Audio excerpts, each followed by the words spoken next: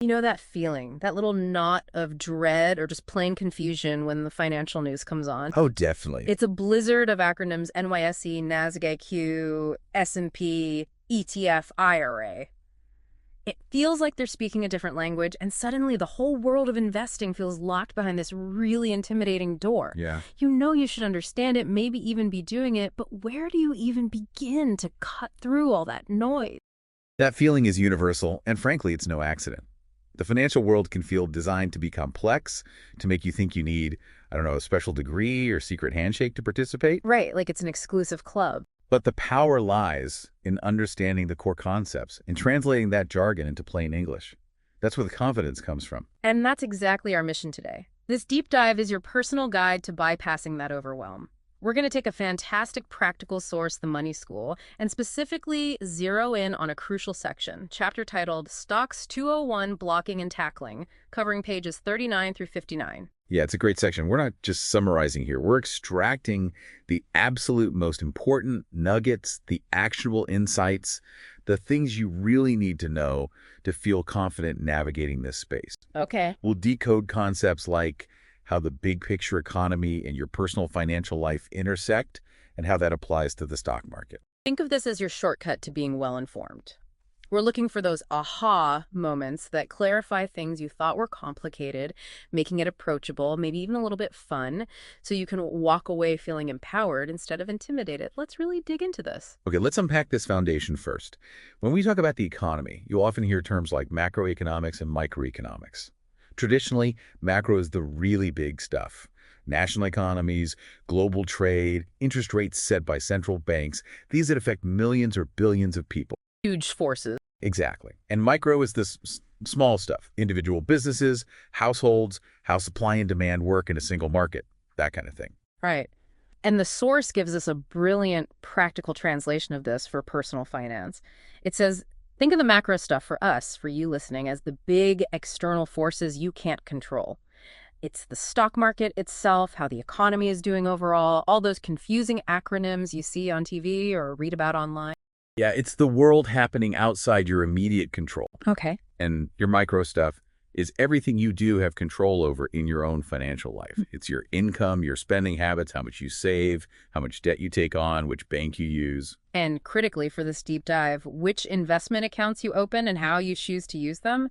It's your personal economy, your little island in the big macro ocean. Perfectly put, your personal bubble. Huh. Now, it's true that the language of finance can feel intentionally complex, like a gatekeeper. Definitely feels that way sometimes. The source acknowledges that it does require precise terms, because specific concepts need specific names. You can't talk about, say, a balance sheet using kindergarten words. It just doesn't work. Sure, precision matters. But that precision isn't intended to shut you out. It's just a vocabulary to be learned. Our goal here is to give you that decoder ring, you know? I like that, a decoder ring. And that brings us to a really encouraging perspective from the source. Becoming comfortable and proficient in managing your money and understanding investing doesn't require you to be some kind of financial savant. It's a skill, like any other. Okay. The source compares it to becoming an expert in something you love. Maybe it's mastering baseball statistics or cultivating prize-winning houseplants or knowing the entire interconnected lore of the Marvel Cinematic Universe. Oh, if I could just apply my knowledge of Captain America's shield trajectory to my stock portfolio, that'd be something. Wouldn't that be nice? Yeah. But seriously, you got good at those things by putting in time, learning the rules, practicing. Right, it took effort. The source even brings up Malcolm Gladwell's famous idea about needing 10,000 hours to achieve mastery in something. Applying that concept to building wealth, to gaining money-making knowledge, provides some pretty powerful motivation to start putting in those hours, even if it's just a little bit each day. That's a great reframing. It's not a talent you're born with. It's a skill you build over time. Okay, before we get into the how-to, the specifics, the source has a crucial section called blocking. Foundational stuff. These are the 5 golden rules, the absolute top-level truths you need to anchor yourself to throughout this journey. They're the non-negotiables. Okay, rule number 1. Gains are trends, not promises. We constantly hear the statistic, right, about the stock market averaging 7, 8, maybe 10% annual returns over the long term. Yeah, you see that everywhere. And that's based on decades of historical data showing the general upward trend despite all the dips and crashes. But, and this is a big But the source hammers home the absolute non-negotiable disclaimer you see on every financial advertisement for a reason. Past performance does not guarantee future returns. So crucial. It's a historical trend and a statistical likelihood based on that history, but it is not a personal guarantee for your specific investments next year or the year after. You need to understand the difference between probability and certainty. Got it. Trend, not promise. What's rule 2? Absolutely vital distinction. Rule number 2, you are not protected from bad decisions. This one is stark but necessary. If you pick a company that fails, maybe its business model is flawed, or it's run by fraudsters, or just gets disrupted, whatever the reason, and its stock value goes to zero. You lose the money you invested in that specific company, period. Yeah. The market structure doesn't somehow refund you or bail you out just because your pick went south. Tough but fair. It's your decision, your risk. Okay, rule number 3. This one gets to the core of a common misunderstanding, and the source says it drives me absolutely nuts. Oh, this sounds important. It is. You have not made money until you sell. Okay, I need you to elaborate on this because I think this is where a lot of people get tripped up. They see their stock value go up in their account, and it feels like they've made money. Like, my $5 stock is now $10. I doubled my money. And on paper, in your account statement, the value of your holdings has indeed doubled. That's true. This is called a paper gain, or unrealized gain. Your net worth technically increased on paper, but you can't spend paper gains. The source makes the excellent point. You can't walk into a grocery store and pay for your groceries with shares of Apple stock, no matter how much they're worth, right? Definitely not, unless the cashier wants to open a brokerage account mid-transaction, which seems unlikely. Exactly. The only way the paper gain becomes spendable cash, money in your actual bank account, is if you sell those shares at the higher price. That's when it becomes a realized gain. The source mentions dividends as the one exception, which we'll explain later, where you might get cash without selling. But for capital appreciation, the price going up the gain is locked in only upon sale. This is crucial not just for understanding your real wealth, but also for things like taxes. You only owe taxes on gains when they're realized through a sale. That distinction, paper versus realized, is so fundamental. It helps manage expectations and emotions, which I know we'll get to. Okay, rule number 4 is the mirror image then. You have not lost money until you sell. Precisely. If you buy a stock for $10 and it drops to $7, you are experiencing a paper loss or unrealized loss. Your account value is down on paper. Feels bad, though. It does. But unless you hit the sell button at $7, or in the worst case, the company completely collapses and the stock goes to zero, you haven't actually lost that money. The market fluctuates. Companies have bad quarters. Industries face headwinds. It happens. So if you still believe in the company's long-term viability, seeing that price drop isn't necessarily a trigger to panic and sell, locking in that loss. Not at all. In fact, often the best strategy, if the fundamentals haven't changed, is to hold through those dips, especially if you're investing for the long term. Selling at a loss is when the loss becomes concrete, real. And the 5th rule, the golden pursuit, the one everyone knows. Buy low, sell high. The simplest rule to state. And the most challenging to execute perfectly. We'll talk more about how to approach that later. Okay, so those 5 rules are the bedrock. And while we focus on the goal of making money, it's vital to anchor yourself in the reality that you can also lose money. It's not a casino or a guaranteed win. It's an investment in actual businesses with real risks. Absolutely. And the source offers a powerful historical example to illustrate this volatility. Imagine if you decided to jump into the market on Friday, October 16, 1987.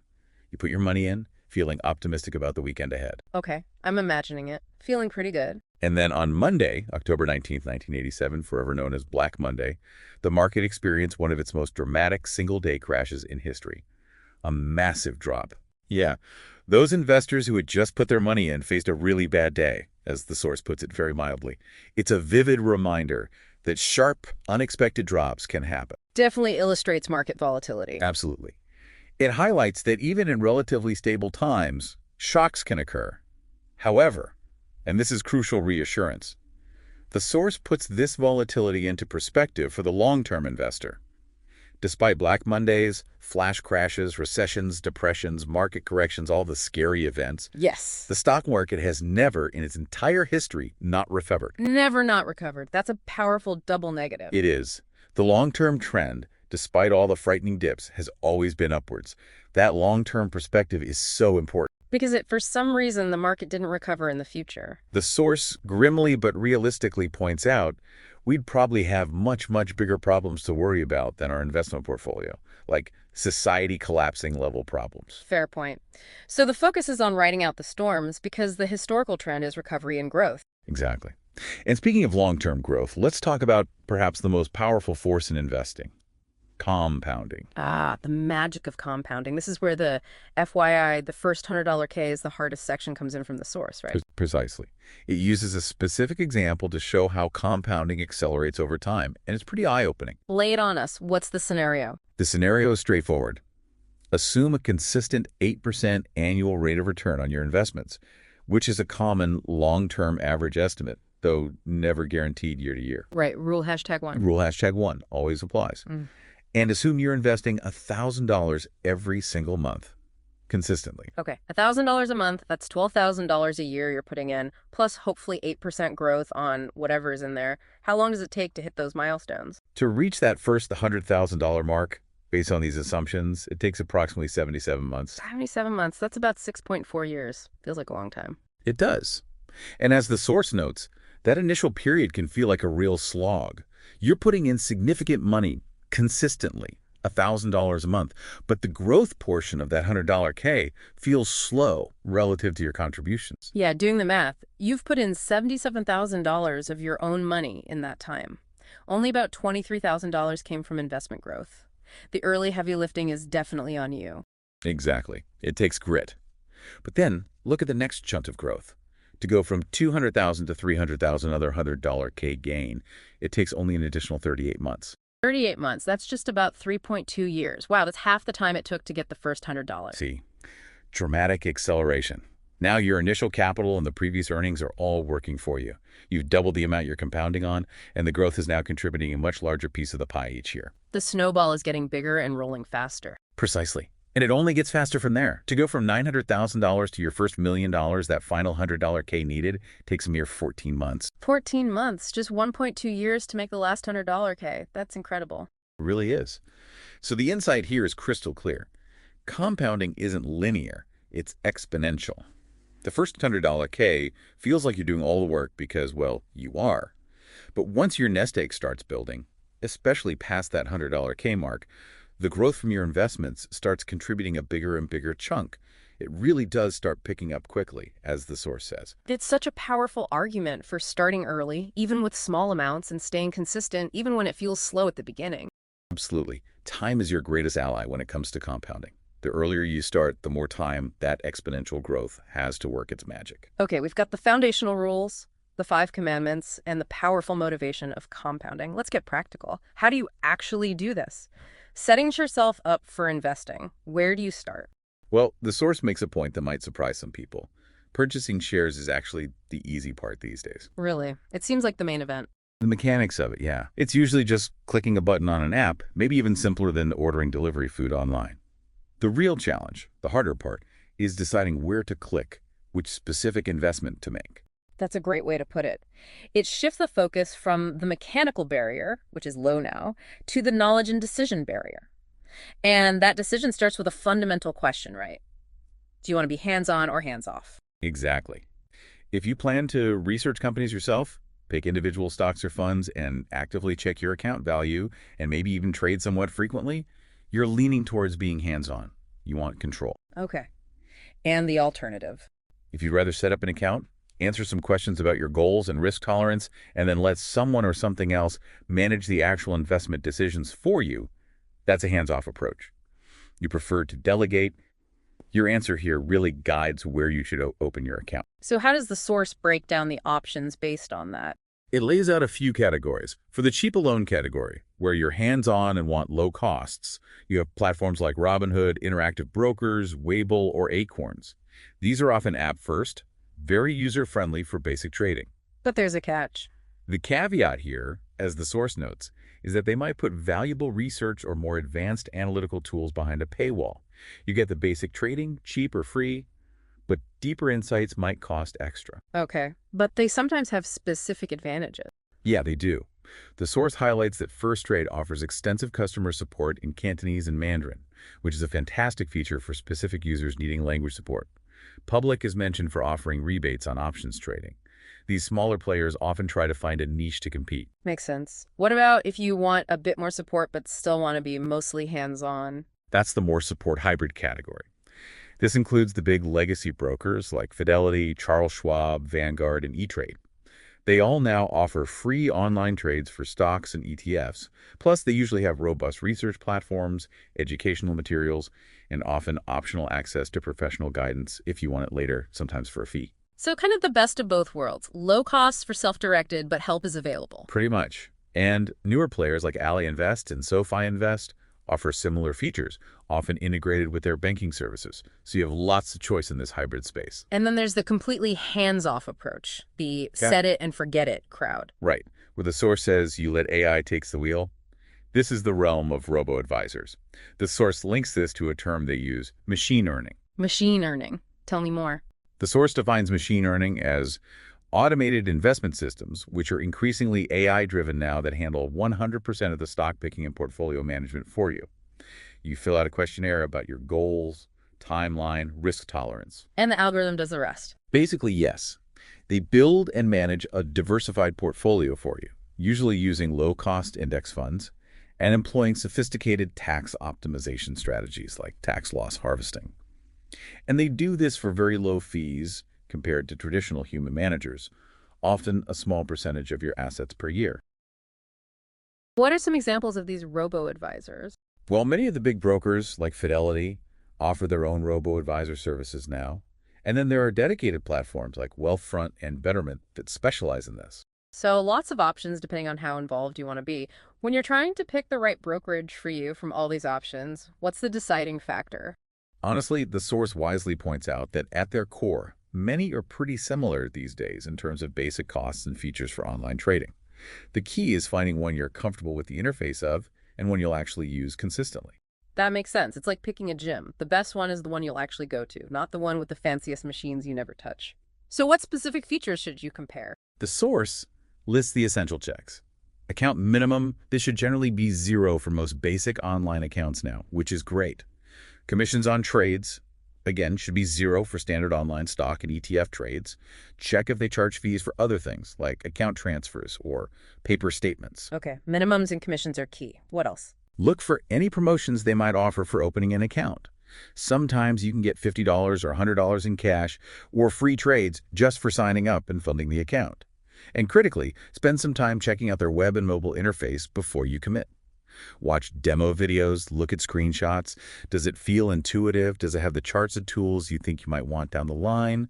Is it easy to navigate? That usability factor seems really important for sticking with it. It really is. And for anyone hesitating because they think you need thousands of dollars to start, the source is incredibly reassuring. That's simply not true anymore. If you can afford monthly subscriptions like Amazon Prime or the occasional Chinese food delivery order, You absolutely have enough money to buy stocks. I love that comparison. it makes it real, doesn't it? And this is largely thanks to the widespread availability of fractional investing. Yes, fractional investing. The source has a cool little history nugget on this. It wasn't invented yesterday. Apparently, it was pioneered way back in the 1990s by a company called buyandhold.com. Yeah, ahead of its time. But it really only became mainstream and, as the source says, took off with Schwab in 2019 when the major brokers started offering it widely. It was a game changer. How so? What does it let you do? It lets you buy portions of a single share of stock. So instead of needing, say, $200 to buy one share of a company, you can invest just $10 or $20 and own 0.05 or zero point 0.1 shares of that same company. Which is essential when a single share of a company like Berkshire Hathaway's Class A stock trades for mid-six figures, like over $600,000 for one share sometimes. Exactly. Most people can't drop $500,000 or more on one share. But with fractional shares, you could invest, say, $50 or $100 in Berkshire Hathaway and own a tiny sliver of that very expensive stock. It completely lowers the barrier to entry for high-priced stocks and makes diversification owning lots of different companies much more accessible, even if you're starting with smaller amounts. Huge democratization. Now, moving up the scale for the truly hands-off investor who wants maximum support and personalized service, there are the full-service brokerages. These are the traditional high-touch firms like Merrill Lynch, Goldman Sachs, Citi Financial, UBS, Morgan Stanley, and Wells Fargo. The big names you see sponsoring golf tournaments. What are the advantages of going this route? Significant advantages if you meet their requirements and can afford the fees. They offer extensively researched, personalized recommendations tailored specifically to your entire financial situation and goals. They proactively provide market updates and analysis and alert you to tax law changes that might affect your investments. Do they offer anything exclusive? Sometimes. You might get access to certain investments not available to the general public, like shares in initial public offerings, IPOs, buying stock in a company before it starts trading on the public market, though this is usually reserved for very high net worth clients. Okay, sounds comprehensive. Yeah. But those perks come at a price, I assume. They absolutely do. That's the main disadvantage. You generally need a much higher minimum balance to even open an account, often in the tens of thousands, hundreds of thousands, or even millions of dollars. Wow. And while online trades might technically be free, the cost per trade, if you need a human broker to assist you directly, can be pricey, like $30 or more per transaction. They might charge annual maintenance or advisory fees, sometimes hundreds or thousands of dollars just for having an account, particularly if it's below certain asset levels or inactive. Research might require a premium subscription on top of that, maybe $30 a month. And access to those exclusive investments usually comes with significant minimum investment amounts and often percentage-based fees on the assets managed, typically around 1% or more per year. So it's a different level of service for a significantly different cost structure. Definitely aimed at wealthier investors who want that high-touch relationship. Exactly. And speaking of professional help and relationships, the source raises a really critical point about the human element, the people you trust your money with. This is super important. What's the big warning here? This is identified as perhaps the single most common and costly mistake people make. Completely handing over the financial reins to someone, whether they call themselves a broker or an advisor just because that person seems to know more than you do, or maybe they're just a smooth talker. Just blindly trusting the expert. Precisely. There's a blunt, necessary warning in the source. No one cares more about your financial life than you do. It sounds simple, but it's profound. While there are many excellent ethical professionals out there, you have to be aware that an advisor or broker may, intentionally or unintentionally, prioritize their own bottom line, their commission, selling their firm's proprietary products over what is genuinely best for you. That potential conflict of interest is always there if they aren't held to the right standard. It's not cynicism. It's just recognizing human nature and how incentive structures work. The financial industry has historically done a pretty good job of making people feel unqualified to manage their own money, creating this perception that only Wall Street insiders with fancy business degrees can possibly understand it. Yeah, that intimidation factor is real. And it pushes people to become too hands-off out of that intimidation or just feeling overwhelmed. And the source connects this individual tendency to become too hands-off to larger macro-level issues, doesn't it? It does.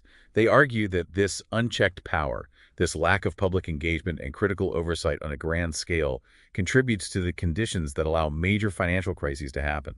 They reference specific painful examples, the stunning collapse of the crypto exchange of FTX, the multi-billion-dollar Madoff investment scandal, which was built entirely on blind trust and a lack of verification. Horrifying examples. And of course, the widespread devastation of the 2008 subprime mortgage crisis, fueled by complex financial products that few understood and lacks oversight. So while we as individuals have no direct control over preventing those massive macro issues, We have complete control over our own little microeconomy, our own money, and how we choose to manage it, or crucially, who we empower to help us manage it. This is where our personal responsibility and knowledge are paramount. We can't be passive. that's a powerful call to action. So the source makes a really important distinction then between using a stockbroker primarily for just executing trades, which, as you said, you can now do yourself for free online, and potentially working with a specific type of financial advisor. Yes, exactly. They recommend deciding not to rely on a traditional broker for advice because of that inherent conflict of interest, Yeah. getting paid commissions to sell you stuff. Instead, if you want professional help, you should explore working with a financial advisor, specifically one who is a fiduciary. Okay, fiduciary. That word is key. This distinction is so important, it's worth really digging into the table. The source provides detailing the differences between a broker and a financial advisor who is a fiduciary. Let's break it down. Okay, let's lay it out clearly. A broker's primary role is typically facilitating buying and selling transactions or selling specific investment products, like mutual funds or annuities. Got it. Transaction focused. What about the fiduciary advisor? A financial advisor, fiduciary, on the other hand, provides holistic planning and advice. They're looking at your entire financial picture investments, yes, but also retirement planning, tax strategies, estate considerations, insurance needs, budgeting, debt management, the whole shebang. Much broader scope. Now, the crucial difference, their duty. This is the absolute core. A broker traditionally operates under a suitability standard. This means they only have to recommend investments that are suitable for you based on basic information like your age and risk tolerance. But suitable doesn't necessarily mean it's the absolute best option for you or the lowest cost option. Okay, suitable isn't necessarily optimal. What's the fiduciary standard? A fiduciary operates under a fiduciary standard. This is a much higher legal and ethical bar. It means they have a duty to act in your best interests at all times, prioritizing your financial well-being above their own compensation or their firm's interests. They must recommend what they genuinely believe is the best course of action for you. That sounds like the standard you'd want for someone managing your life savings. How does their compensation reflect this difference? It usually does. Brokers are often compensated by commissions on the products they sell or the transactions they execute. This is where the conflict arises. They might be incentivized to recommend a product that pays them a higher commission, even if a lower cost, equally or more effective option exists from another company. Okay, commission-based can be problematic. How are fiduciaries typically paid? Fiduciaries are typically fee-based. They might charge a percentage of the assets they manage for you, often around 1% annually, maybe tiered, or a fixed fee for creating a financial plan, or an hourly rate for consultation. So the fee structure for a broker can feel less transparent because it's kind of baked into the products. For a fiduciary, it's usually much more transparent. You know exactly what you're paying, whether it's based on assets, a flat fee, or hourly rates, and it's agreed upon upfront. Exactly. Now, typical services for a broker, it's focused on executing trades and selling investment products. Whereas for a fiduciary, it's that comprehensive planning we mentioned, investing strategy, retirement projections, tax efficiency, estate planning advice, budgeting help, insurance reviews, much more in depth. Right. And the objective really highlights the core difference again. A broker's objective may prioritize generating higher commissions or selling specific products the firm promotes. A fiduciary's objective prioritizes achieving the client's goals and acting solely in their best financial interest. And finally, the relationship tends to be different. Yeah. A broker relationship can often be more transactional, focused on individual trades or product sales. A fiduciary often aims for a long-term relationship, guiding you through different life stages, market ups and downs, and adjusting your plan as your circumstances change. That table really clarifies why seeking out a fiduciary is so important if you decide you want professional financial help. It's about aligning their incentives with yours. But even with a great fiduciary, the source stresses that this is not full outsourcing, right? You can't just dump it all on them and forget about it. Absolutely not. That's another key mistake. You still need foundational knowledge yourself. You need to be able to understand what your advisor is recommending and why. You need to ask informed questions, understand the fees you're paying, and check that their recommendations truly align with your goals, your comfort level with risk, and your values. The source uses a great analogy here, like hiring a personal trainer. Exactly. A personal trainer creates a workout plan based on your goals. They guide you through the exercises. They teach you proper form. They motivate you. But you are the one who has to show up, do the reps, lift the weights, and put in the effort. And if a certain exercise feels wrong for your body, or maybe your goals change and the plan needs adjusting, you need to understand enough to communicate that effectively to the trainer. You're still in charge of your body. Perfectly said. It's the same with a financial advisor. They guide, advise, and implement, but you are ultimately in charge of your financial life. Yeah. A great advisor, like a great trainer, takes the time to understand your whole picture, not just your money, but your life goals, your family situation, your career plans, your comfort level with risk, your values around money. It's a partnership. So, assuming you want to find one of these fiduciary partners, where do you look? How do you identify them? The source suggests a few resources. You can look at the CFP board website. CFP stands for Certified Financial Planner. Professionals with the CFP designation are required to act as fiduciaries when providing financial planning advice. That website has a directory. Okay, CFP website. Any other places? You can also look for reputable registered investment advisor firms, often called RIAs. These firms are registered with regulatory bodies and are typically held to a fiduciary standard. The source mentions examples like creative planning or services like Zoe Financial or Facet, which can offer advisory services themselves or act as matchmakers to connect you with vetted fiduciary advisors based on your needs. Good practical tips for finding qualified help. Now, before we move on from advisors and strategy, the source has this clever little POPQUZ that offers a glimpse into how wealth is really built and maintained differently by those who have a lot of it. Yeah, it's a mind bender. The question is, how many times can you spend money? With cash, the answer seems pretty straightforward. You spend it once and poof, it's gone, used up. Right. You buy coffee, the cash is gone. Simple. But the source reveals this powerful trick, a strategy often used by the wealthy. You can effectively spend money over and over again if you borrow against an appreciating asset, like a well-diversified stock portfolio. Yes. This is a huge concept. Instead of selling an asset, say, stocks that have gone up in value when you need cash for a large purchase or investment, Which would trigger capital gains taxes on any profit and also reduce your asset base that could continue growing. exactly. Instead of selling, you can use that asset, your stock portfolio, real estate, etc., as collateral to take out a loan. You get the cash you need, you pay interest on the loan, which is often at a lower rate than unsecured debt, but crucially, your asset base remains intact. It can continue to potentially grow in value, potentially throw off dividends, and you avoid the immediate tax hit from selling. That completely flips the script from the typical earning and spending cycle to an owning and leveraging cycle. You're essentially turning your growing investment portfolio into a source of liquidity, a way to access cash without actually selling it off and depleting your wealth-building engine. It's a key strategy for building and preserving generational wealth because the underlying assets are preserved and can keep growing or providing income. You borrow against the asset, use the cash, let the asset hopefully appreciate enough to cover the loan interest and more, and maybe eventually pay off the loan from other income or even sell a small portion later if needed. It really underscores that the ultimate goal isn't just accumulating cash in a bank account, it's accumulating productive assets that can provide value, income, and financial flexibility over the long term. Absolutely. It's a different way of thinking about money and wealth. Okay, we've covered getting set up, understanding who to trust, fiduciaries, and even a glimpse into advanced wealth building strategy with borrowing against assets. Now let's bring it back down to earth for someone starting out. A fundamental, practical question. How much should you actually invest? Right, this is critical. The source wisely brings us back to reality after talking about assets and million-dollar compounding examples.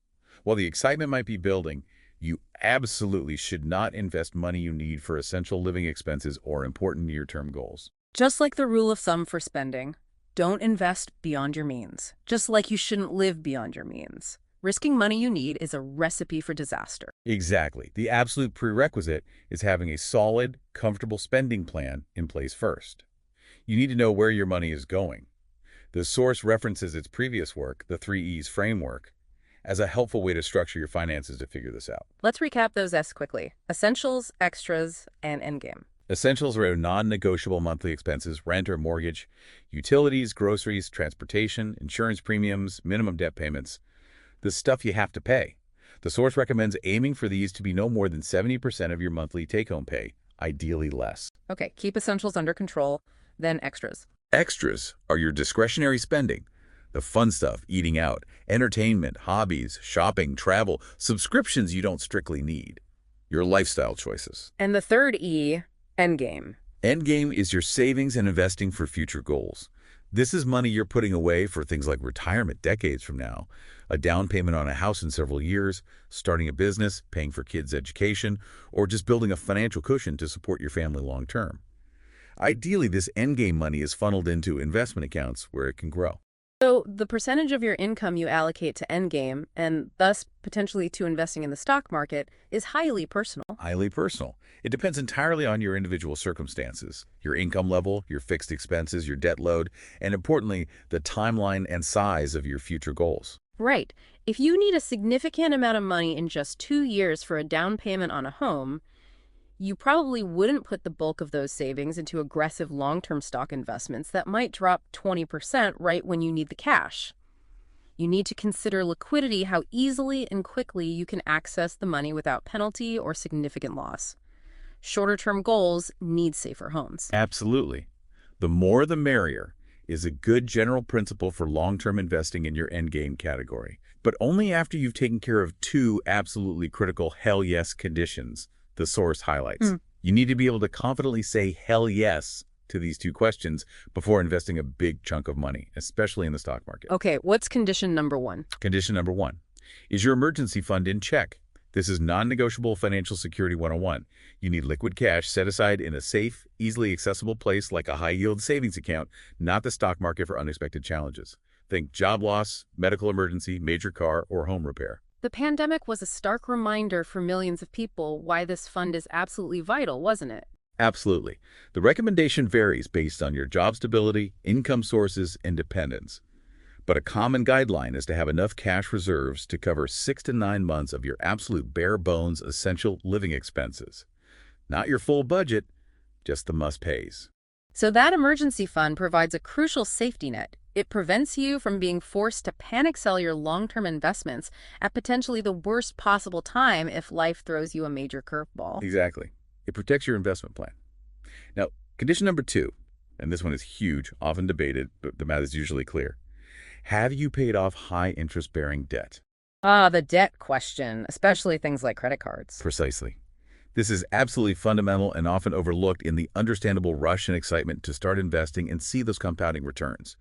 But you must crunch the numbers. Compare the interest rate you're paying on your debt, especially credit cards, payday loans, maybe some private student loans, to the potential average return you might get from investing. Remembering rule #1, no guarantees. Okay, let's crunch. The source provides a really powerful example here comparing debt interest versus market returns. It does. Let's say you have $10,000 invested in the market, and let's be optimistic and say it earns that historical average of 7% per year consistently for 10 years. After 10 years, your $10,000 investment could grow to a bit over $19,600. That sounds fantastic, right? Nearly double your money. Sounds great, but what about the debt side? Now factor in high interest debt. Let's say over those same 10 years, you also have just $5,000, half the amount you invested in credit card debt, charging a pretty typical 15% annual interest rate. And let's assume you're making minimum payments or maybe slightly more, such that the principal isn't shrinking much or at all due to the high interest. After 10 years, that initial $5,000 debt could have ballooned to over $20,000. Wait, hang on. So owing just half as much in high interest debt as you invested means the debt grows to more than your entire investment portfolio's final value after a decade, even with decent market returns. Precisely. In that example, even with a solid 7% investment return, the drag from that 15% interest debt completely wipes out all your investment gains and leaves you thousands of dollars deeper in debt than when you started. $20K debt versus $19, $6K investment. It's like running on a treadmill moving backwards faster than you can run forwards. Wow. And 15% isn't even the highest rate out there. The source notes that a 20% credit card interest rate, which is sadly not uncommon, means your debt will roughly double in principal in about 3.5 years if you only make minimum payments. They call this being caught in a revolving debt storm. That example is incredibly impactful. It makes it crystal clear that paying off high-interest debt isn't just a good idea. Mathematically, it's often the highest return guaranteed investment you can make. Yeah. You're guaranteeing yourself a 15% or 20% return by eliminating that debt cost. Absolutely. The market might give you 7% or 10%, or it might give you 9 for 5%. Paying off 20% debt gives you a guaranteed 20% positive swing. It's almost always the priority. So how does this impact your budget allocation? The source gives examples of how your budget breakdown might shift depending on your debt situation and stage of life. Yeah, it's not one size fits all. They compare, say, a 22-year-old fresh out of college with maybe student loans and some credit card debt. Their budget priorities will be very different than a 66-year-old who owns their home outright or has a very low mortgage and has already accumulated $2 million in retirement savings. So for someone with significant high-interest debt, after covering their essentials, what might their budget look like? A suggested breakdown in that situation might be dedicating a really aggressive portion, maybe 20% or even more of your income, specifically to debt repayment above the minimums. Yeah. Then maybe just starting small with investing, perhaps 5% towards endgame like a 401k match, just to build a habit, and keeping extras fairly low, maybe 5%, while you focus on eliminating that debt burden. Get that high-interest monkey off your back first. Exactly. Once that high-interest debt is gone, which is a huge milestone, you can reallocate those funds. Maybe now you shift that 20% you were using for debt into your endgame category, boosting your investing to 25% or more. You might also feel comfortable increasing your extra spending a bit. maybe to 10%, enjoying life more now that the debt stress is gone. And for someone later in their career, maybe that 66-year-old example, who is well-funded, debt-free. Their allocation might look totally different. They might already have enough saved for retirement, so maybe they only need to contribute 5% or less to endgame savings just to maintain things or cover inflation. This frees up a much larger portion, maybe 25% or more, for extras travel, hobbies, spoiling grandkids, whatever brings them joy. The takeaway is clear. You figure out how much is truly available and prudent to invest in the stock market only after you've built your emergency fund, aggressively attacked and eliminated high-interest debt, and accounted for any money you'll need for short-term goals within your overall budget. That sequence, emergency fund first, high-interest debt second, then invest the rest for the long term, is crucial for building wealth securely and sustainably. Okay, so now that you hopefully know the rules, you understand the power of time and compounding, you know how to get set up with a broker or advisor, and you figured out how much you might be able to invest based on your budget and debt situation. Let's tackle the market itself. Yeah. What does it actually mean when people say the market is up or the market is down? Usually they're not talking about every single stock, right? They're referring to the performance of an index. Exactly right. An index is simply a theoretical collection, a basket of stocks that is used as a benchmark or a representation of a particular segment of the market. Stocks are included in an index based on specific rules or parameters like company size, industry, or where the stock trades. And market reporters on TV or online constantly reference the performance of a few key indexes to give a quick overview of how different parts of the stock market are doing on any given day. That's it. And the three main ones the source mentions that everyone tracks and hears about constantly are the Dow Jones Industrial Average, often just called the Dow, the S&P 500, and the NASDAQ Composite Index. Let's break those down. The Dow. The Dow Jones Industrial Average, the Dow, is probably the oldest and most historically famous index. It tracks the performance of just 30 of the largest, most influential, and most widely held public companies in the United States. These are generally considered blue-chip companies, household names, well-established, financially sound giants. Think names like Apple, Microsoft, Disney, Home Depot, Johnson & Johnson, companies like that. So it's kind of like the curated elite all-stars list of major U.S. industrial and consumer companies. Only 30, though. Only 30, which leads us to the S&P 500. This is a much broader index. As the name suggests, it's made up of 500 large companies listed on U.S. exchanges, like the NYSE or NASDAQ. 500 is way more than 30.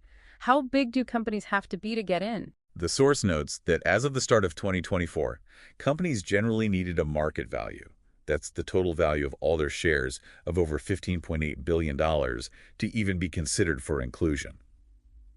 There are other criteria too, like profitability and trading volume, but size is a big one. $15.8 billion minimum. Okay, All right. so it's still big companies, but a much wider slice of the market. Much wider. Because it includes all the companies that are in the Dow, plus 470 other large ones, and together represents over 80% of the total value of the U.S. stock market, many investors and analysts consider the S&P 500 a more comprehensive and reliable indicator of the overall U.S. stock market's health and performance than the narrower Dow. Interesting. So the S&P 500 isn't just bigger, it's considered more representative of the overall large-cap U.S. market because of its size and scope. Does it measure performance differently, too? It does, and that's a key difference. The source doesn't detail, but is important at this 201 level. The Dow is a price-weighted index. That means stocks with higher share prices have a greater impact on the index's movement, regardless of the company's overall size or market value. A $300 stock moves the Dow more than a $50 stock, even if the $50 stock company is actually much larger overall. Oh, that seems kind of arbitrary. It's a historical artifact, really. The S&P 500, however, is market capitalization weighted. This means larger companies, those with a higher total market value, which is share price times the total number of shares outstanding, have a proportionally greater impact on the index's movement. So Apple and Microsoft, being the giants they are, influence the S&P 500 much more than smaller companies in the index. This is another reason why it's often seen as a better gauge of overall market value movement. Okay, that adds really helpful context. It's not just a bigger list. It measures performance in a way that reflects the actual economic weight of the companies. Got it. And the third main index, the NASDAQ. Right, the NASDAQ Composite Index. Now, NASDAQ is also the name of a major stock exchange, the second largest in the U.S., where many technology and growth-oriented companies choose to list their shares. The NASDAQ Composite Index tracks the performance of most of the stocks listed on that specific NASDAQ exchange. How many companies is that? It includes over 3,300 companies, so it's even broader than the S&P 500 in terms of number of constituents. However, its performance tends to be heavily influenced by the very largest technology and digital-related giants that dominate the exchange, like Meta, Facebook's parent, Alphabet, Google's parent, Amazon, Nvidia, and companies like that. While it's often associated heavily with tech because of these giants, it technically includes companies from various sectors that happen to be listed on the NASDAQ exchange. So three major indexes giving different views. Dow, 30 giants, price-weighted. S&P 500, 500 large caps, market cap weighted, seen as broad U.S. market proxy. And NASDAQ Composite, 3,300 plus NASDAQ-listed stocks, heavy tech influence. That's a great summary. So when the news says the market is up, they're usually telling you that one or more of these major indexes finished the trading day or week higher in value. But as we discussed with the Black Monday example, October 19th, 1987, the market movement isn't always up. It goes up and down, daily, weekly, yearly, sometimes significantly. It absolutely does. Volatility, those ups and downs, is a natural and unavoidable feature of the market. But the source reiterates the key principle derived from that long-term historical perspective we mentioned earlier. Yeah. What matters most for building wealth isn't nailing the daily fluctuations, it's how long you stay invested. Ah, the classic phrase, time in the market beats timing the market. Exactly. While daily or weekly price swings are noisy and unpredictable, the big picture trend line, historically, has been upward over the long run. Trying to predict the absolute daily or weekly tops and bottoms to jump in and out is incredibly difficult, if not impossible, for most investors.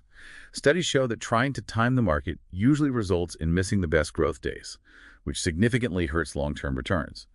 The consistent long-term upward trend is where wealth is built, by staying invested through the noise. Okay, so we understand the indices that measure the overall market, but you don't typically buy an index directly, though you can buy funds that track them, which we might touch on. What do you actually put your money into within that market? There are thousands of individual companies. How do you choose? This is where your personal goals start to really shape your investment choices. The source asks, what are you investing for? Are you building a retirement nest egg that you won't touch for several decades?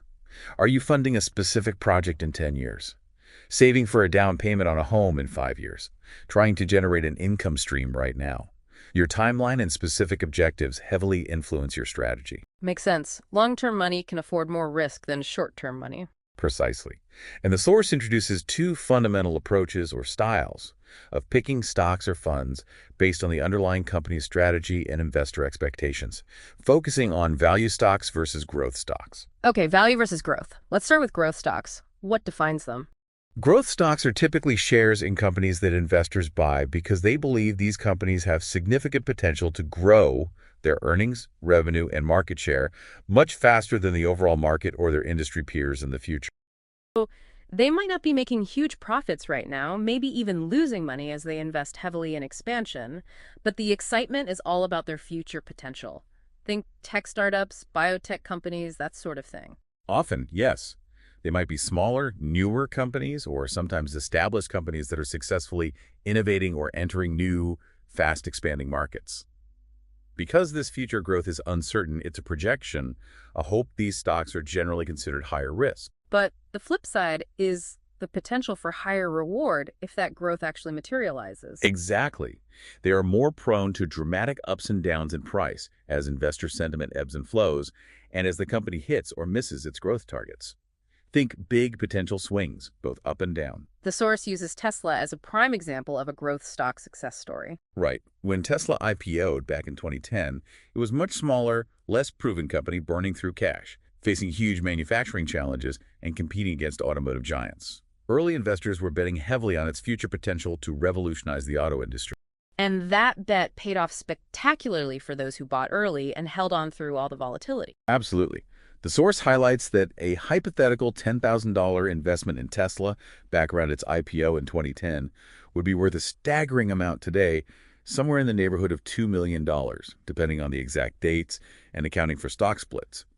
That's the kind of exponential return people dream about with growth stocks. Wow, that's the allure. That's the home run potential. It is. But, and this is critical, the source immediately provides the necessary reality check. For every wildly successful growth story, like Apple, Amazon, Google, or Tesla, there are multiple rotten growth stocks where initial investments turn to zero or close to it. The future is never guaranteed, and many promising companies fail. Like during the infamous dot-com bubble crash of the early 2000s. A perfect and painful example. Back then, countless internet companies with exciting ideas, .com in their name, and sky-high stock prices had no profits, sometimes no real revenue, and ultimately went bankrupt or saw their stock value plummet to near zero when the hype wore off, and investors realized the underlying business wasn't viable. As the source colorfully puts it, many of those .coms went into the pooper. Investing heavily in growth stocks requires accepting that significant risk of loss. Okay, so that's growth. High potential, high risk, focus on the future. What about the other side, value stocks? Value stocks are typically shares in companies that have a solid track record of consistent earnings and proven profitability. They're often older, more established companies operating in stable, often mature, markets where growth might be slower but more predictable. So think utilities providing electricity, big banks holding mortgages, established healthcare companies selling essential medicines, or consumer goods giants selling soap and soda. Exactly. The source lists examples like Bank of America, Finance, Pfizer, Healthcare, ExxonMobil, Energy, Coca-Cola, legacy consumer goods, maybe companies like Procter & Gamble or Johnson & Johnson. Because their business models are more proven, their markets are often less volatile, and their future growth prospects are typically slower and steadier. They're generally considered lower risk compared to growth stocks. But with that lower risk usually comes lower potential for those dramatic Tesla-like exponential gains, right? Less excitement, maybe. Correct. The price of a typical value stock is much less likely to double or triple in a single year compared to a hot growth stock. But importantly, it's also generally less likely to suddenly drop by half or more overnight unless there's a major industry crisis or company-specific scandal. They tend to be more stable. The source notes you can often identify potential value stocks using financial metrics like a low price-to-earnings (PE) ratio or a low price-to-book (PB) ratio, which suggests the stock price might be low relative to the company's actual earnings or assets, fitting that buy low idea. Okay, so if value stocks generally offer slower growth, why would someone choose to invest heavily in them instead of chasing the potential home runs with growth stocks? What's the appeal? There are a couple of key reasons, as the source points out. First, they're rock-solid fundamentals. These are often stable, profitable businesses that have weathered economic storms before. That stability can be very appealing, especially for more conservative investors or those nearing retirement. And second, very often, these established value companies pay a consistent dividend. Ah, dividends. You mentioned those earlier as one of the two main ways you can actually make money from owning stock. Let's break those down now. What are dividends? Right. So the two primary ways you earn money from owning stocks are, one, earning dividends paid out by the company, and two, selling your shares at a higher price than you bought them for, capital gains. Dividends are essentially monetary thank you gifts the company chooses to share with its shareholders, paid out from its profits. It's like getting a little piece of the company's earnings directly. How often do they pay them? They're usually paid out quarterly, every 3 months. But some companies might pay monthly, semi-annually, or just annually. Stocks that have a history of consistently paying and increasing their dividends are often called income stocks because they provide a relatively predictable stream of cash flow to investors. Are there different kinds of dividends? Yes, the source mentions 3 main types. First, the most common and straightforward, cash dividends. The company simply deposits the cash directly into your brokerage account. You can then choose to withdraw it or reinvest it. Easy enough. What's the second type? Stock dividends. Instead of cash, the company gives you additional shares of its own stock, or sometimes shares of a partner or subsidiary company it owns. This increases the number of shares you own in that company, which could lead to higher cash dividends later, but it doesn't immediately give you spendable cash. Okay, more shares instead of cash. And the third type sounds strategic. DRIPs. Dividend reinvestment programs, or DRIPs. This is usually an opt-in feature offered either directly by the company or, more commonly now, through your brokerage account. If you enroll in a DRIP for a particular stock, instead of receiving the cash dividend in your account, that cash is automatically used to buy more shares, often fractional shares of that same company's stock. The source calls DRIPs an everybody wins scenario. How so? Why is that beneficial? Well, from the company's perspective, they don't have to actually spend the cash paying you. They get to keep that cash within the business for operations, debt reduction, or reinvestment in growth while still rewarding shareholders. From your perspective as the investor, your cash dividend is automatically and often commission-free put back to work. increasing your ownership stake, your larger position in that company over time. And owning more shares means Owning more shares means you'll potentially receive even larger total dividend payouts in the future if the dividend per share stays the same or increases, which then get reinvested through the DRP to buy even more shares. It creates this wonderful compounding effect specifically on your dividends themselves, accelerating your ownership growth in that company without you having to lift a finger or manually reinvest the cash. that sounds like a powerful passive way to accelerate growth, especially in dividend-paying value stocks. How much can you typically expect to make from dividends, though? Is it significant? It varies hugely. It depends entirely on the company's profitability, its industry, its growth stage, and critically, how much of its profits management decides to distribute as dividends versus reinvesting back into the business for future growth. A fast-growing tech company might pay no dividend at all, reinvesting everything. A mature utility company might pay out a large portion of its stable earnings. Does the number of shares matter? Yes. It also depends on the total number of shares outstanding. That's the total number of shares the company has issued to the public and insiders. The total dividend amount the company decides to pay is divided by the total shares outstanding to get the dividend per share. The source's analogy for shares outstanding is helpful here about the fish in the pool. Right. If a company has, say, $1 million total dollars to pay out as dividends, your individual piece of that pie depends heavily on whether you're like a big sunfish in a kiddie pool, meaning you own a significant percentage of a company that has relatively few shares outstanding, or more like a teeny sardine in the Atlantic Ocean, owning a tiny fraction of a massive company with billions and billions of shares outstanding. Fewer shares outstanding relative to the total dividend payout means each individual share gets a larger slice of the pie. Okay, that makes sense. So, ballpark, what's a typical dividend yield? Historically, as the source notes, large, stable, blue-chip companies, often value stocks, might pay dividends that equate to around 2% of the stock price annually. This is called the dividend yield. So if you own a stock trading at $100 per share, a 2% yield would mean you might receive about $2 per share in dividends over the course of a year, perhaps paid out as 50 cents each quarter. This is just a historical average, of course. Some dividend yields are much higher, which can sometimes be a warning sign. Some are lower, and many stocks, especially growth stocks, pay no dividend at all. Got it. So dividends are one way to make money, often associated with value stocks. What's the second main way? The second way is the one everyone initially thinks of when they imagine getting rich from stocks, selling your shares for profit, also known as capital gains. This goes back to golden rule #5, buy low, sell high. Exactly. The source gives a simple example. Let's say you buy 3 shares of a stock for $50 each. Your total initial investment is $150.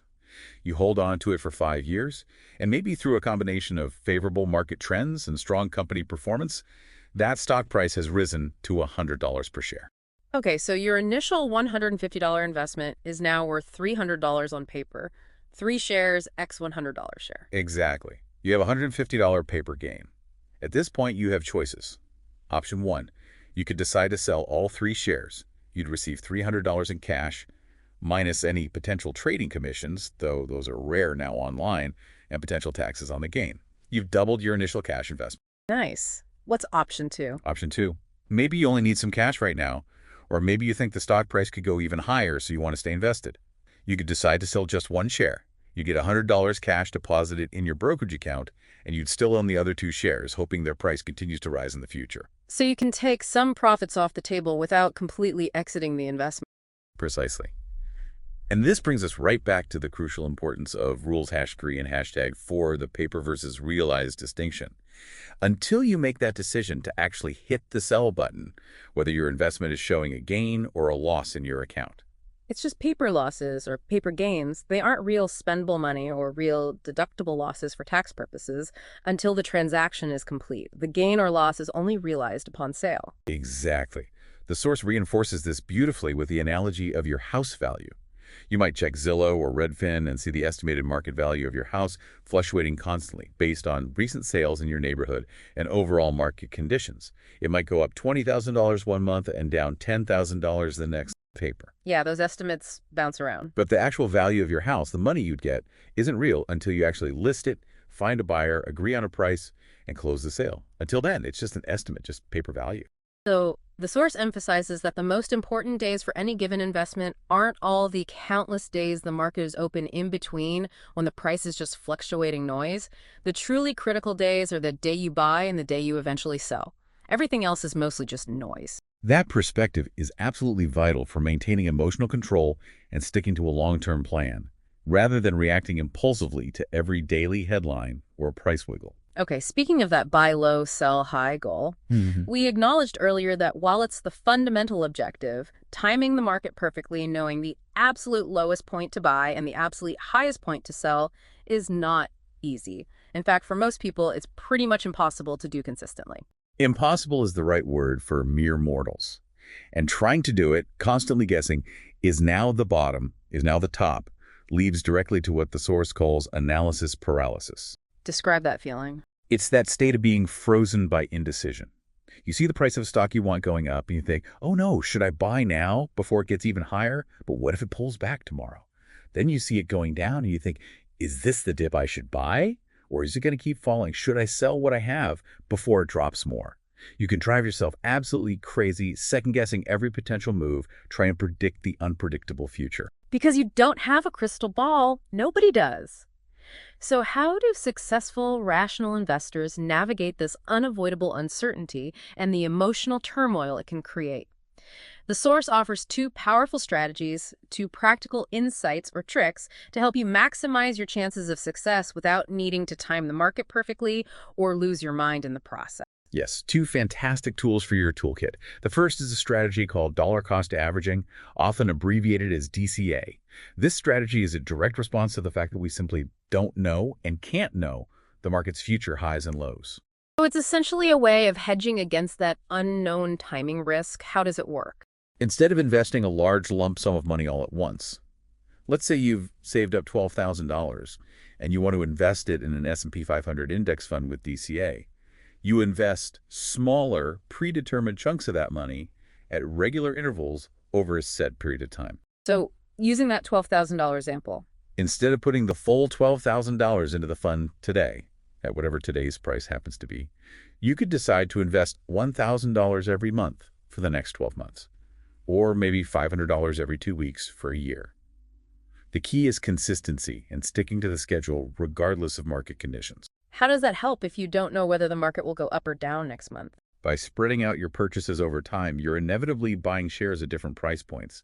Some months you'll buy when the price is relatively higher, and some months you'll buy when the price is relatively lower.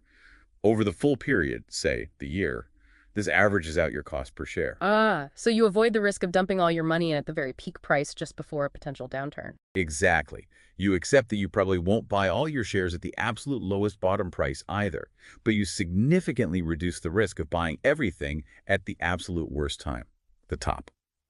DCA gives you the best shot at success, as the source puts it, without needing that impossible crystal ball. It smooths out the ride.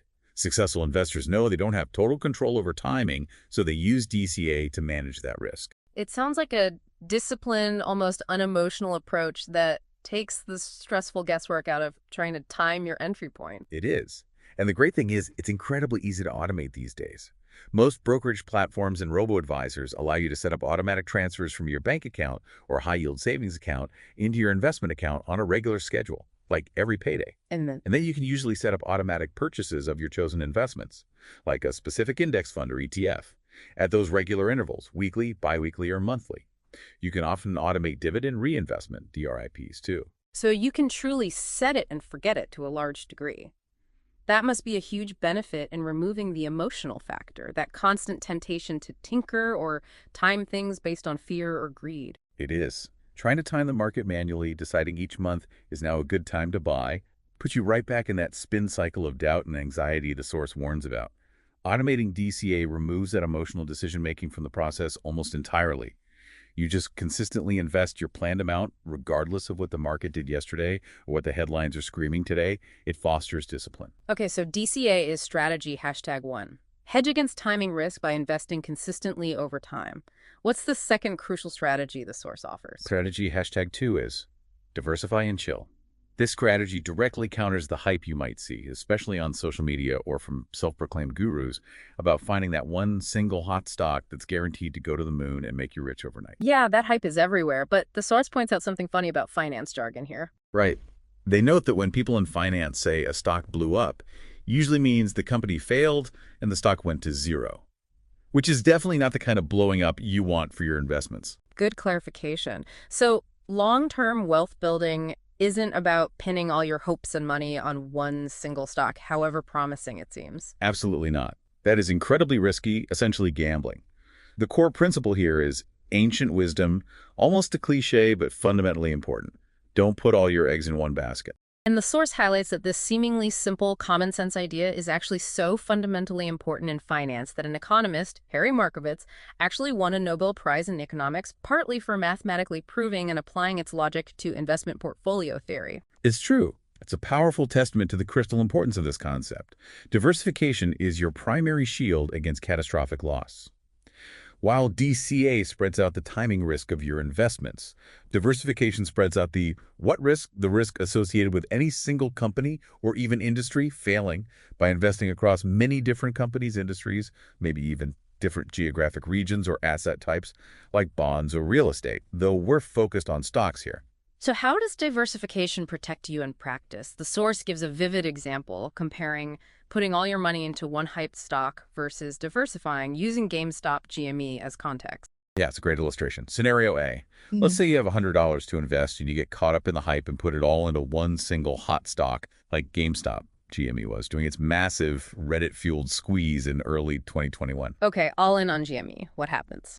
Well, if you manage to time it perfectly and sell near the peak, maybe your $100 could become $150, $200, or maybe even more in a very short time.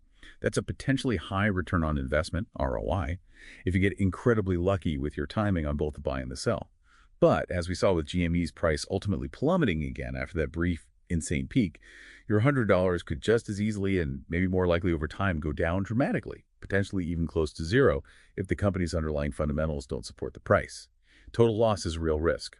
Plus, you might experience FOMO, fear of missing out, if a different stock you didn't invest in performed even better. High risk, high potential reward, high potential loss. What's scenario B with diversification? Scenario B, you take that same $100, but you diversify. You decide to put maybe $50 into the hype stock, GME in this example, to participate in the potential upside, but you put the other $50 into a more established, maybe less exciting, but more stable company in a related sector, like Electronic Arts, EA, a major video game publisher with a long track record. Okay, $50 in GME, $50 in EA. What happens now? Now, if GME takes off, you still benefit from its rise on your $50 investment. Maybe it becomes 75 or 100. And you also get whatever return your $50 in EA earns. Maybe it grows modestly to $55. Your total return might be less than if you'd gone all in on GME and timed it perfectly, but it's still good. Crucially, though, what happens if GME crashes, like it did after the 2021 peak? Your $50 in GME might drop significantly, maybe to $10 or $20. Right, but you haven't lost everything. You still have your other $50 invested in EA, which, being a more established company, likely held up much better, maybe even grew a bit. That $50 plus in EA keeps you afloat, cushions the blow from the GME loss, and prevents a total wipeout. You survive the crash. So while putting everything on one potential winner might pay off bigger in a very specific, lucky best-case scenario, diversification dramatically reduces the risk of devastating losses. It offers a trade-off, typically medium risk for a more probable medium diversified reward. That sounds like a much better and more reliable strategy for long-term wealth building for most people. Absolutely. It's the smarter bet for the long haul. The source uses the GameStop craze specifically as a recent context, noting it was one of the biggest financial headlines, often framed dramatically as retail investors on Reddit versus the Wall Street finance bros who were shorting the stock and became sore losers when the price squeezed up. It was a wild time. Did the source share any personal stories about it? They share a specific anecdote from someone who was actually caught up in the GME frenzy. This person made almost $2 million on paper at the peak, but found the extreme volatility, the massive daily price swings, caused such intense stress, triggering panic attacks, sleepless nights, that they weren't even sure the potential financial gain was worth the severe emotional and physical toll it was taking. Wow. That's a powerful, humanizing detail. It really reinforces that the numbers flashing on the screen are tied to real, intense human feelings and well-being. What was the advice given to that person in the source's conversation? It was telling and aligns with our discussion. The advice was to start with index funds, which are inherently diversified baskets of hundreds or thousands of stocks, like those tracking the S&P 500 or the total stock market. Be conservative with position sizes, and crucially, don't expect to hit a home run in 6 months. Building sustainable wealth takes time and a solid, diversified strategy, not chasing lottery tickets like GME was for many. Which brings us perfectly to perhaps the most challenging aspect of investing, something threaded through this whole conversation. The source identifies it as actually harder than managing the money itself, managing your own emotions. It's absolutely true for most people. It's perfectly normal to feel fear when you start investing, especially if you didn't grow up with wealth or see people around you investing successfully. The thought that your hard-earned money could potentially be losing value the moment the stock market opens at 9:30 a.m. Eastern Time each weekday morning is genuinely frightening for many. Doubt will inevitably creep in during market downturns or when your picks aren't performing well. It feels very personal when it's your money. It does. But the source is very clear and encouraging here. You are capable. You can learn this. And if the anxiety feels overwhelming when you're thinking about starting with real money, they offer a fantastic, risk-free suggestion to get your feet wet. Use a free stock simulator. Ah, the practice accounts. Tell us more. Yes. Many brokerage platforms, like Schwab, Fidelity, Interactive Brokers, and financial education websites offer these. It's essentially like playing house with the stock market, as the source puts it. You get a virtual cash balance, often $10,000 or maybe $100,000 in play money, and you can use it to buy and sell real stocks and ETFs at their real-time market prices, just without using any actual cash. So you can experiment with different strategies. We've talked about maybe try buying some growth stocks, some value stocks, an index fund, maybe even practice DCA and see how they perform in real market conditions. Exactly. And just as importantly, you can watch how your emotions react when your virtual portfolio goes up or down sharply. Do you feel panicked when it drops? Do you get greedy when it rises? You learn about your own psychological triggers, all without spending or losing a single real dollar. It seems like invaluable experience. You won't get real monetary returns in the simulator, obviously, but you gain confidence, learn the practical mechanics of placing trades, and get a feel for the emotional roller coaster before you put real money on the line. It kind of desensitizes you a bit to the constant price fluctuations. It really does. It lowers the stakes while you learn. Now, the source calls the day you actually start investing for real, with real money, the first day of the rest of your wealthy life. And there's definitely truth to that potential. Seeing those green arrows on your screen when your investments go up can be incredibly motivating and helps build momentum and belief. It can be hooking. Makes you feel like you're finally on the right track. It can, but it's also important to be mentally prepared, as the source wisely cautions that not every day, or even every year, will be easy or show those satisfying green arrows. Some days, weeks, or even longer periods will be hard and triggering. Market downturns happen. Seeing your balance drop can bring up deep-seated fears or anxieties, those old personal demons related to money, scarcity, or security, especially depending on your background. Change is hard, and change around money, which is so tied to our sense of security, is often the hardest kind of change. The source offers a really powerful thought, almost a mantra, to carry through this journey about when change actually happens. Yes, it's a great quote. Change happens when the discomfort of the present outweighs the fear of the unknown. Say that again? Change happens when the discomfort of the present outweighs the fear of the unknown. So when the discomfort of staying where you are financially, maybe feeling uninformed, unprepared for the future, stuck, anxious about not having enough, when that feeling becomes greater than the fear of tackling the unknown world of investing, the fear of maybe making mistakes or losing some money along the way, that's the tipping point. That's when you're truly ready to learn, take action, and start building a different future. Beautifully put. And when you are ready, the source assures you, investing your money, yes, but also investing in yourself by gaining this knowledge and taking control is there waiting for you. This has been incredibly thorough. This deep dive really unpacked the core fundamentals from the Money School, specifically focusing on chapter titled Stocks 201, Blocking and Tackling, pages 39 through 59. We covered understanding how the big picture economy interacts with your personal financial world through that practical lens of macro and micro concepts. We saw the incredible accelerating power of compounding over time, using those specific timeline milestones from the source to illustrate how the first $100K is truly the hardest grind. But subsequent growth comes much, much faster, remember, going from 77 months for the first $100 K down to just 14 months for the final $100 K needed to reach $1 million in that specific 8% dollar full month example. We navigated the practical steps of setting yourself up for investing, exploring the different types of brokerages available based on whether you want to be hands-on, hands-off, or somewhere in between.